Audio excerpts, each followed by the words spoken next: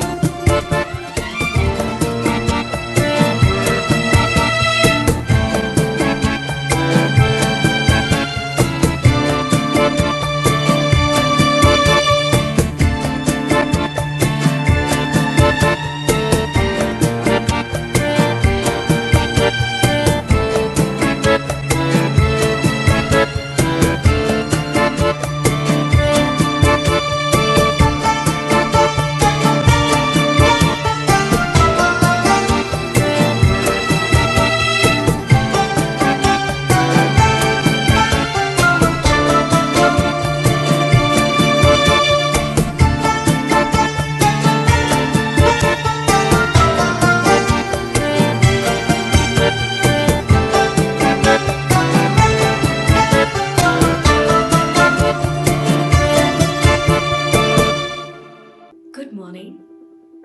This is Junagadh.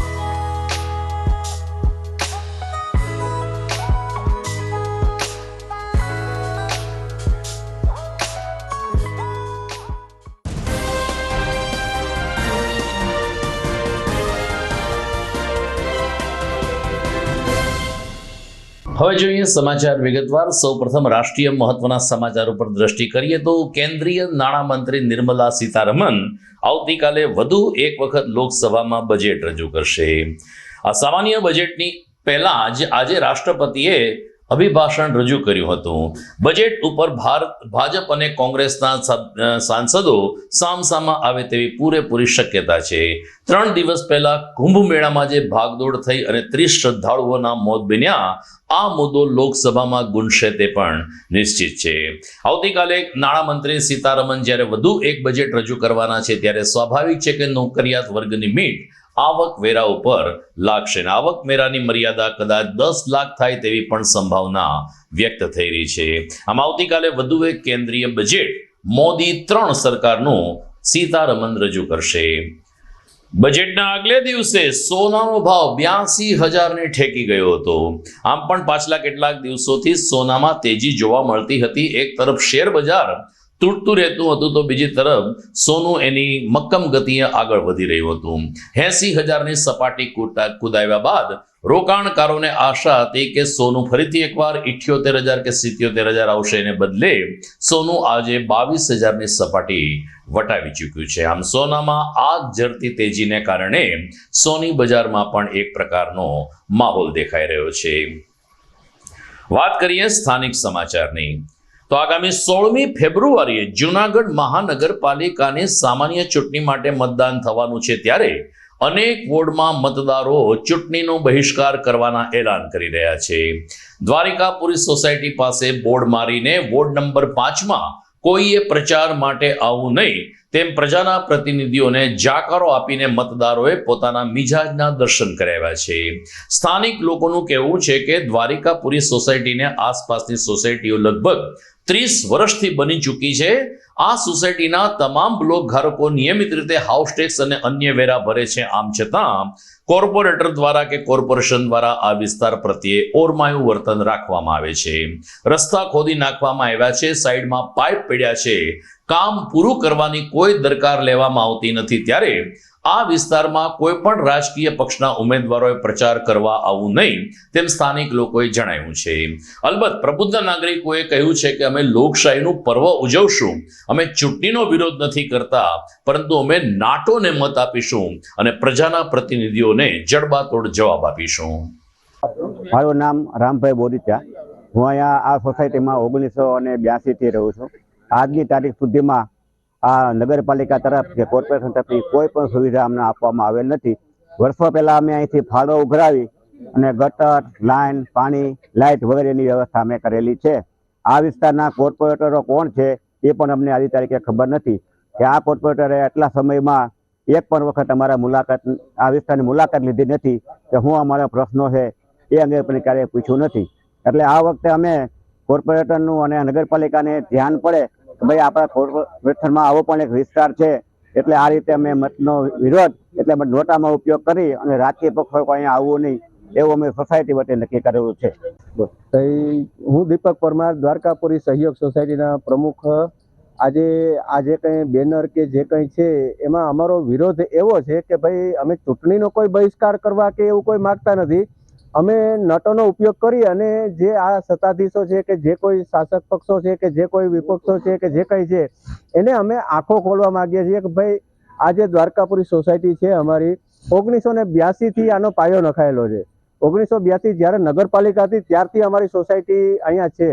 Society પછી corporation થયા એને આજે 22 વર્ષ જેવા સમય વીતી ગયો છે. છતાંય પણ આજે અમારી પરિસ્થિતિ આપ જોઈ શકો છો. રોડ, રસ્તા, જે કંઈ પાણી, ગટર જે કંઈ છે, આજે આવતા જતા પબ્લિકને કેવડી હેરાનગતિ, કેવડી તકલીફ. આજે અમે લોકો એ ટેક્સમાં ક્યાંય બાકી નથી રાખતા, કોઈ વેરા ભરવામાં બાકી નથી રાખતા. અને જે કોર્પોરેશન તરફથી જે સામાન્ય માણસોને સુવિધાઓ મળવી જોઈએ એમાંની એક સુવિધા અમારી પાસે નથી. આજે વિરોધ કરવાનું બીજો કોઈ કારણ નથી. અમે સમજી શકીએ છીએ કે ભાઈ ઇલેક્શન છે એ આપણું રાજકીય પર્વ જેવું છે તો એને આપણે ઉજવવો જોઈએ, પણ સત્તાધીશોને ખબર પડવી જોઈએ કે નહીં ભાઈ આજે પબ્લિકને તકલીફ છે, એને શું પ્રોબ્લેમ છે. કોઈ અહીંયા કોઈ જાતની વ્યવસ્થામાં અમારી પાસે કોઈ બીજી એવી નથી કે ભાઈ અમે કોઈ વ્યક્તિઓને ચાહીએ કે ભાઈ આ લોકો અહીંયા આવે. એટલા માટે થઈને અમે આ બેનર માર્યા છે, અમે લોકોએ આ વિરોધ કર્યો છે અને અમારા મતનો અધિકાર નોટોની અંદર ઉપયોગ કરીને અમે ઇલેક્શનમાં ભાગ લેવાના જ છીએ, એવું નથી, પણ નોટોમાં આપશું અને અમે અમારો વિરોધ જાહેર કરશું. જરૂર પડશે તો ગાંધી ચિંતા માર્ગે બેહી આંદોલન કરશું કે ભાઈ આજે 1.5-2 મહિના ત્યાં રોડ રસ્તા ખોદીને ગયા છે તો આનું સોલ્યુશન કેદી મળશે પબ્લિકને? દરમિયાન જૂનાગઢ મહાનગરપાલિકા સહિત સ્વરાજ્ય સંસ્થાઓની ચૂંટણી માટે આવતીકાલે 1 ફેબ્રુઆરીએ ફોર્મ ભરવાનો અંતિમ દિવસ છે. જૂનાગઢની વાત કરીએ તો જૂનાગઢ કોર્પોરેશનની 60 બેઠક માટે હજુ ભાજપ અને કોંગ્રેસના ઉમેદવારો મેદાનમાં આવ્યા નથી, પરંતુ કોંગ્રેસના કેટલાક ઉમેદવારોએ પોતાની રીતે કોંગ્રેસમાંથી દાવેદારી નોંધાવી છે. તો બીજી તરફ કેટલાક વોર્ડમાં અપક્ષ ઉમેદવારોએ પણ આ ચૂંટણીમાં ઝંપલાવ્યું છે.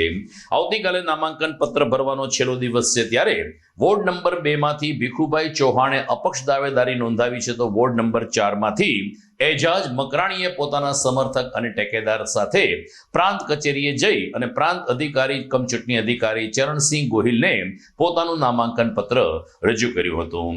આ બંને ઉમેદવારોએ પત્રકારો સાથેની વાતચીતમાં અમે વિજયી બનશું તેવો દાવો વ્યક્ત કર્યો હતો. ભીખુભાઈ ચૌહાણ, વોર્ડ નંબર 4, અપક્ષની ઉમેદવારી નોંધાવો છો. ઓકે, તમારે ઠેકેદાર કેટલા? ઠેકેદાર 10 દરખાસ્ત કરવાવાળા છે, એ 10 ઠેકેદાર છે. મારું નામ એજાજ મોહમ્મદ હનીફ મકરાણી. આજે મેં કોંગ્રેસ પક્ષ તરફથી વોર્ડ નંબર 2 માંથી ઉમેદવારી નોંધાવી છે એસડીએમ સાહેબ સમક્ષ. તો કેવું લાગે છે તમને એમાં? તો જનતા જાણે જ છે કે હવે શું ફેરફાર લઈ આવવાના છે. ઓકે, તમારા ઠેકેદાર કેટલા? મારા ઠેકેદાર 2. શું નામ થઈ ગયું? એકનું નામ છે મકરાણી સમીર મફત અલી, બીજા છે મકસુદ નસીબભાઈ માંડેતિયા. બીજી તરફ ભારતીય જનતા પાર્ટીના 60 ઉમેદવારો હજુ ફોર્મ ભરવાથી બાકી છે, જેઓ આવતીકાલે ફોર્મ ભરશે.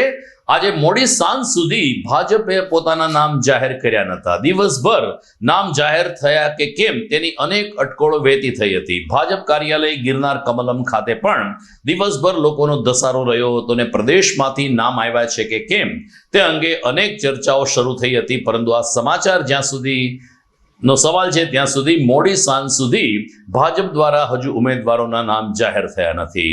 સૂત્રોમાંથી મળતી વિગત અનુસાર બળવો ટાળવા માટે અને લોકોની બંડખોરી પ્રવૃત્તિ ટાળવા માટે શક્ય તેટલા મોડા નામ જાહેર કરવામાં ભાજપ પાવરધુ છે તેમ જણાવીને આજે રાત્રે ભાજપ પોતાના 60 ઉમેદવારોના નામ જાહેર કરશે અને આવતીકાલે દિવસભર દરમિયાન સમયગાળા દરમિયાન ભાજપના ઉમેદવારો પોતાનું નામાંકન પત્ર રજૂ કરશે.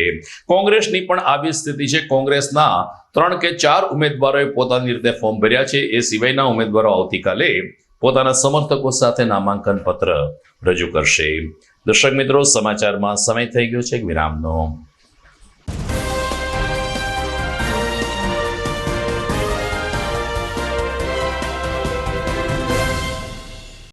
અભિનંદન વેવાય, એ આજનો દિવસ આપણા માટે ખૂબ શુભ છે, કેમ કે તમારી દીકરી નિશા અને મારા દીકરા સંજુના લગ્નની તારીખ નક્કી થઈ ગઈ ને. હાજી હાજી પપ્પા, લગ્નની તારીખ તો નક્કી થઈ ગઈ, પણ લગ્ન માટેની જ્વેલરીઓ? સંજુ બેટા, તારા દાદાજીના વખતથી ચોકસી હીરાલાલ મકનજીની જૂની પેઢી છે ને, એની સાથે આપણો વર્ષો જૂનો ઘરોબો છે, જે અત્યારે જય ભવાની જ્વેલર્સના નામે ફેમસ છે બેટા. જય ભવાની જ્વેલર્સ મતલબ ચોકસી બજાર જુનાગઢ? તમે પણ જય ભવાની જ્વેલર્સ સાથે? અમે ભલે રાજકોટના હોઈએ, પરંતુ જય ભવાની જ્વેલર્સ સાથે અમારો પરિવાર પણ વર્ષોથી સંકળાયેલો છે, જ્યાં છેતરાવાની કોઈ શક્યતા જ નથી. આને કહેવાય સોનામાં સુગંધ ભળી. વાવ બેટા, ચાલો આપણે સૌ જઈએ જય ભવાની જ્વેલર્સના શોરૂમ પર.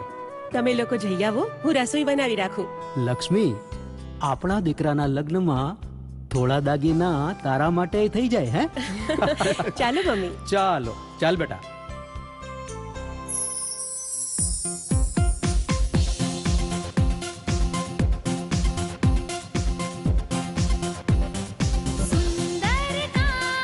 વ્યાજબી દામ, એક જ નામ, જય ભવાની જ્વેલર્સ. તહેવાર વ્યવહાર, બંગડી વીટી હાર, ડિઝાઇન અપાર, જય ભવાની જ્વેલર્સ, જય ભવાની જ્વેલર્સ.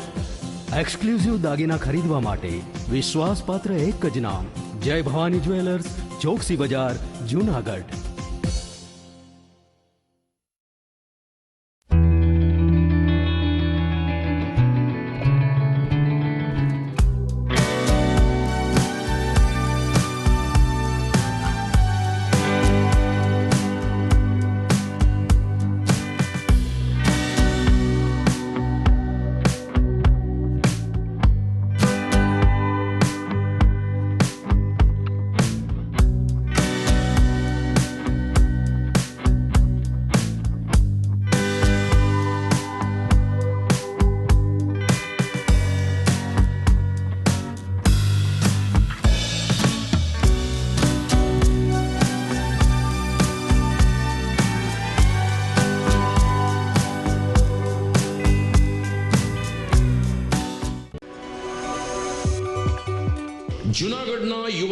ક્રિકેટ પ્રેમીઓ માટે આનંદના સમાચાર. જૂનાગઢમાં સૌ પ્રથમ વખત શરૂ થઈ ચૂક્યું છે બોક્સ ક્રિકેટ.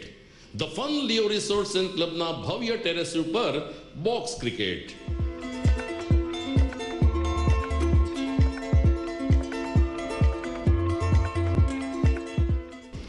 બોક્સ ક્રિકેટ નોંધી લેશો સમય સવારે 6 થી બપોરે 12 અને સાંજે 6 થી રાત્રિના 12. વ્યવસાયકારો નોકરિયાત વર્ગ માટે ખાસ રાત્રિનો સમય પણ શરૂ કરવામાં આવ્યો છે. એક વખત અચૂક રમો બોક્સ ક્રિકેટ. યુવા ક્રિકેટરોને ઉત્તેજન આપતા the fun Leo resorts and ક્લબના આ નવતર અભિગમમાં જોડાઓ અને બોક્સ ક્રિકેટનો આનંદ માણો. વિશેષ માહિતી અને રજીસ્ટ્રેશન માટે સંપર્ક 0285 2658 444.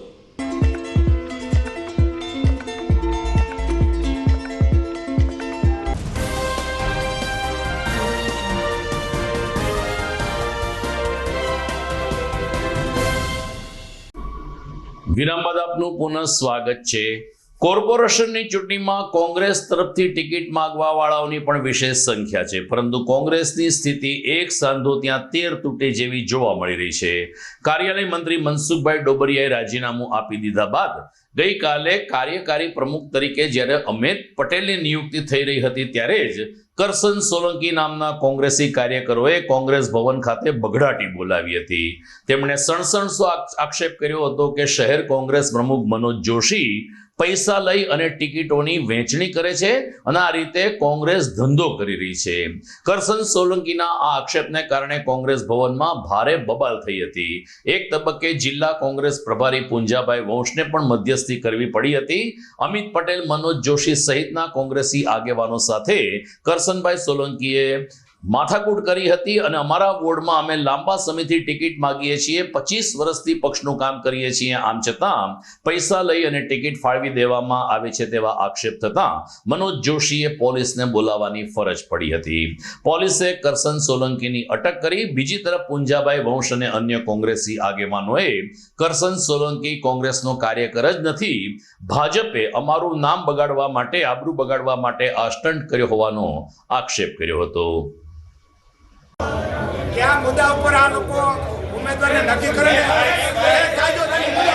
बराबर से ये जरा जाता नहीं है તમે આ ઓબ્ઝર્વરો ને અમને સાંભળીને જાજો.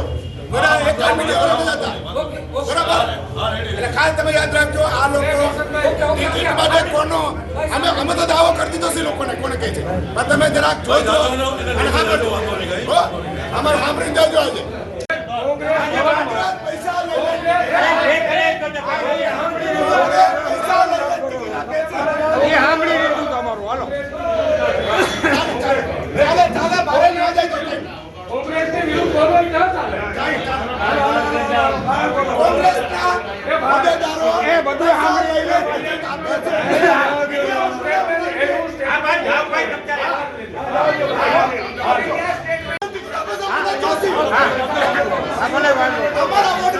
પૈસા લઈને આપી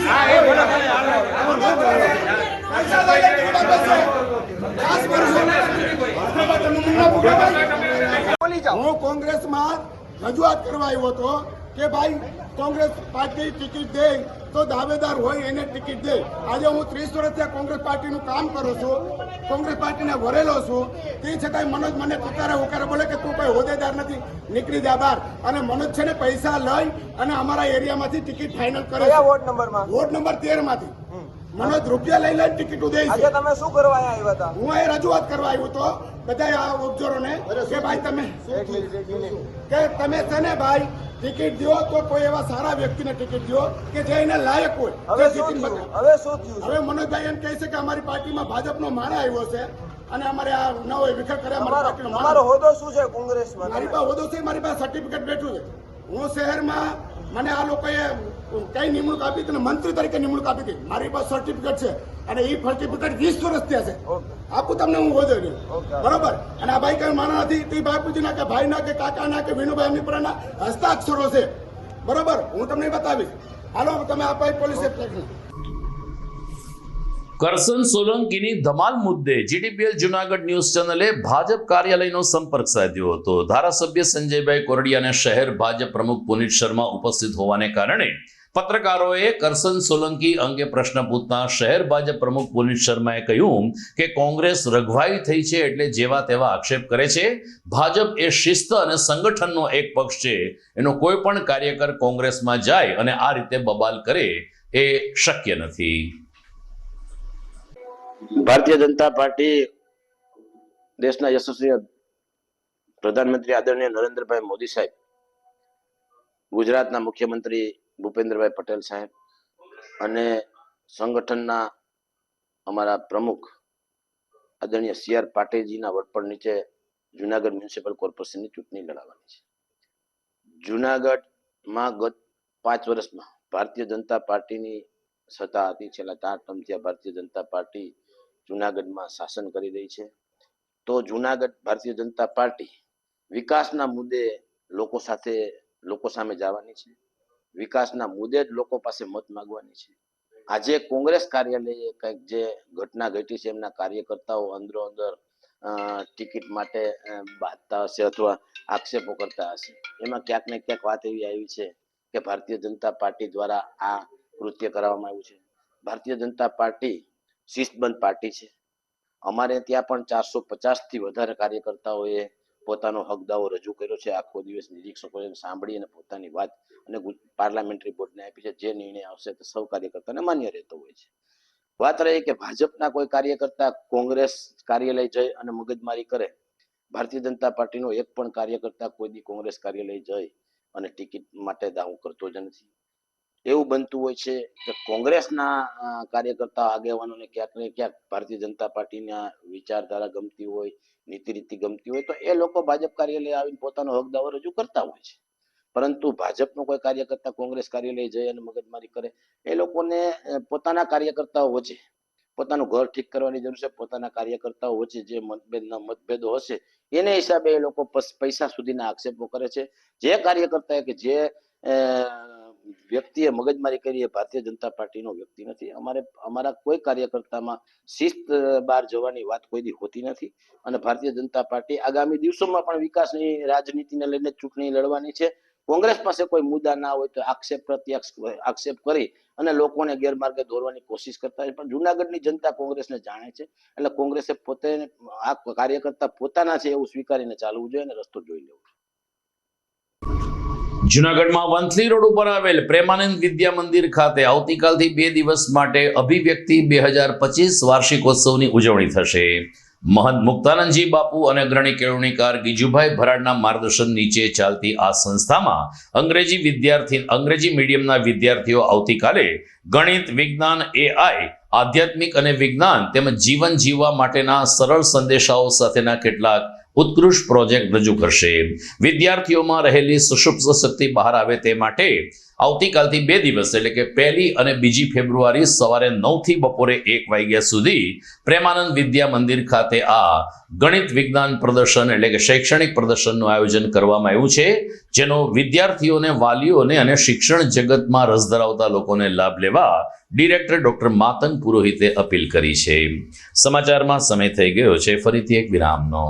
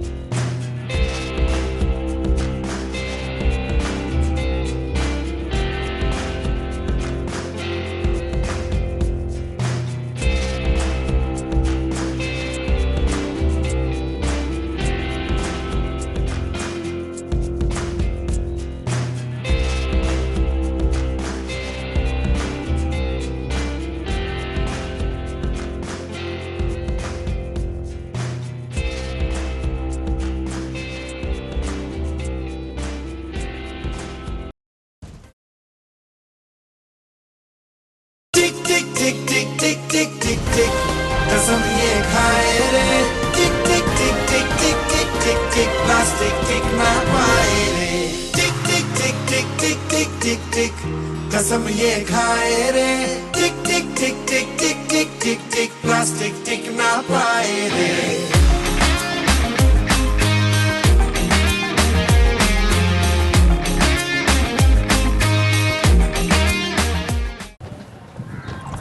ઘર લગ્ન માટે તૈયાર છે, બસ તારા આવવાની રાહ જોઈ રહ્યો છું. નવું ફર્નિચર, નવું ટીવી, નવો કેબલ. કેબલ? આજના જમાનામાં કેબલ? ખૂબ જ સરળ પરિવાર છે. જ્યારે આ છે તો બીજા કઈની શું જરૂરત? જ્યારે આ છે તો બીજા કઈની શું જરૂરત છે? GTPL ઓફર કરે છે HD પિક્ચર ક્વોલિટી અને GTPL ની 24/7 ગ્રાહક સપોર્ટ. આ તે જમાનાનું નહીં, આ જમાનાનું કનેક્શન છે. કાલે લગન કરી લઈએ.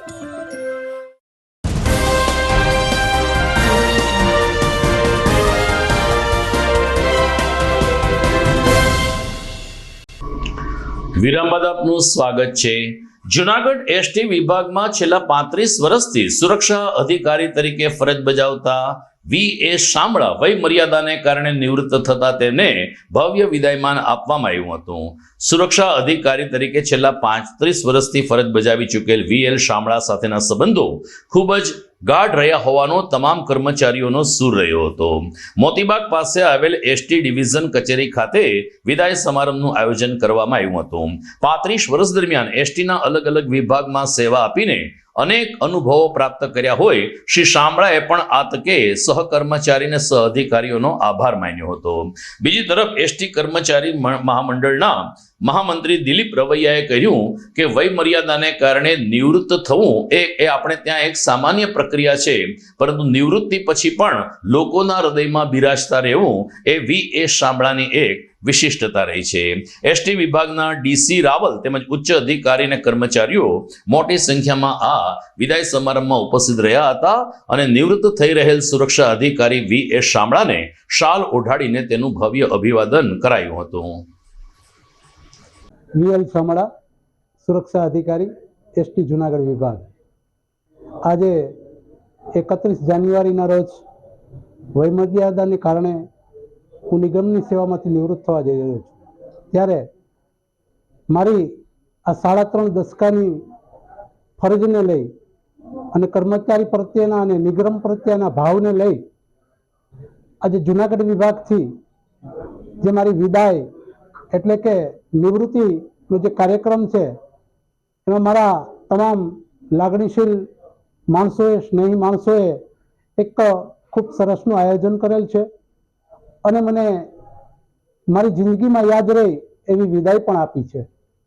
આ તકે આ એસટી પરિવાર વિભાગનો હું ઋણી છું અને આભાર વ્યક્ત કરું છું. આગામી દિવસોમાં જે મારા 3.5 દાયકાની ફરજો રહી છે એમાં મેં જે પ્રેમ લાગણીઓ કર્મચારીઓની મેળવી છે એવી જ લાગણીઓ આ તમામ વિભાગના દરેક કર્મચારીઓ સાથે, દરેક મિત્રો સાથે રહેશે એવી પણ હું આપ સૌને ખાતરી આપું છું. મારું નામ દિલીપભાઈ રવિયા, મહામંત્રી શ્રી એસટી કર્મચારી મંડળ. આજ રોજ અમારા સુરક્ષા અધિકારી અને મારા મિત્ર એવા શ્રી શામળા સાહેબ વયમર્યાદાના કારણે જ્યારે નિવૃત્ત થઈ રહ્યા છે ત્યારે વિભાગીય કચેરી સુરક્ષા શાખા અને તમામ જે અમારો સ્ટાફ છે એમના દ્વારા આજરોજ તેમનો નિવૃત્તિનો કાર્યક્રમ રાખવામાં આવેલ છે. શામળા સાહેબે પોતાની નોકરી દરમિયાન જે કર્મચારીઓ સાથે જે લાગણીના સંબંધો રાખ્યા એ આજે એમની જે લાગણી વ્યક્ત કરવા માટેનો એક મોકો કર્મચારીઓને મળ્યો અને બધા વિભાગીય કચેરીના કર્મચારીઓ આજરોજ હાજર રહ્યા. આવો ખૂબ સારો કાર્યક્રમ યોજ્યો અને સૌ કર્મચારીઓએ સાથે મળી અને વિભાગીય કચેરીની અંદર જે શામળા સાહેબને એમ કહેવાય કે અમારી જે લાગણી વ્યક્ત કરવા માટે જે અમે અભિવ્યક્તિ કરી અને બીજી વસ્તુ એ કે સાહેબશ્રી છે એમનો સ્વભાવ નોકરી દરમિયાન નાનામાં નાના કર્મચારીઓ સાથે ખૂબ સારો રહ્યો અને તેઓ આજે જ્યારે નિવૃત્ત થઈ રહ્યા છે ત્યારે આજે બધા કર્મચારીઓને એક દુઃખની લાગણી છે, પણ એ નિવૃત્તિમાં પણ અમારી સાથે રહેશે અને અમારા માર્ગદર્શક બની રહેશે એવી અમે અપેક્ષા રાખીએ છીએ. સાહેબશ્રીને કહું કે આપ એસટી નિગમમાંથી નિવૃત્ત થવાના છો, પણ અમારા દિલમાંથી ક્યારેય તમે નિવૃત્ત નહીં થાવ એની આપ સાહેબને હું ખાતરી આપું છું. જય હિન્દ, જય ભારત. જુનાગઢ જિલ્લા પંચાયતના મહિલા સદસ્ય કંચનબેનને માણાવદર તાલુકામાં અસામાજિક તત્વોએ જાનથી મારી નાખવાની ધમકી આપતા ખળભળાટ મચી ગયો છે અને આ આક્ષેપ ખુદ માણાવદરના ભાજપના ધારાસભ્ય અરવિંદ લાડાણીએ કર્યો છે. એક જૂથ સભામાં આ અંગેની ચર્ચા કરવામાં આવી. સ્થાનિક સ્વરાજ્યની ચૂંટણીને લઈ અને સમગ્ર રાજ્યમાં એક પ્રકારનો માહોલ છે, ત્યારે માણાવદર તાલુકામાં 3 જેટલા અસામાજિક તત્વો વારંવાર લોકોને દબાવે છે તેવી ફરિયાદ સાથે ગઈકાલે બુરી ગામના ગ્રામજનો સાથે ધારાસભ્યશ્રીએ મામલતદારશ્રીને આવેદનપત્ર રજૂ કર્યું હતું અને ગૃહમંત્રી સુધી પોતાની ફરિયાદ પહોંચાડી હતી. જિલ્લા પંચાયતના મહિલા સભ્ય કંચનબેનને બુરી ગામ પાસે 3 માથાભારે શખ્સોએ જાનથી મારી નાખવાની ધમકી આપીને ઊંડી ગાળો આપી હતી. એ પ્રકારની ફરિયાદ ગૃહ વિભાગ સુધી પહોંચાડવા ધારાસભ્ય ખુદ આવેદનપત્રમાં ઉપસ્થિત રહ્યા હતા. અરવિંદભાઈ લાડાણી, માણાવદર ધારાસભ્ય. માણાવદર તાલુકાના બુરી ગામમાં આજથી 5-7 દિવસ પહેલા ગામના લુખ્ખા તત્વો જે 3 વ્યક્તિ છે, આ 3 આખા ગામને બાંધમાં લઈને ફરે છે. આ શખ્સોએ અગાઉ એક બેનને ખૂબ ગાળો આપેલ, એના દીકરાને પણ મારી નાખવાની ધમકી આપેલ.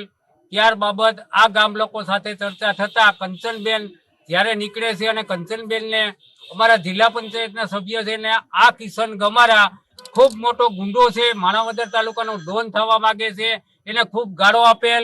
ત્યારબાદ ગામ લોકોએ મને વાત કરતા આજે અમે બુરી ગામે ગ્રામ સભા યોજી અને આની સામે સરકાર કડકમાં કડક પગલાં લે એવી રજૂઆત કરવા માટેનું મામલતદારશ્રીને અને ગૃહમંત્રીશ્રીને આવેદનપત્ર આપવા માટે આજે અમે ભેગા થયા.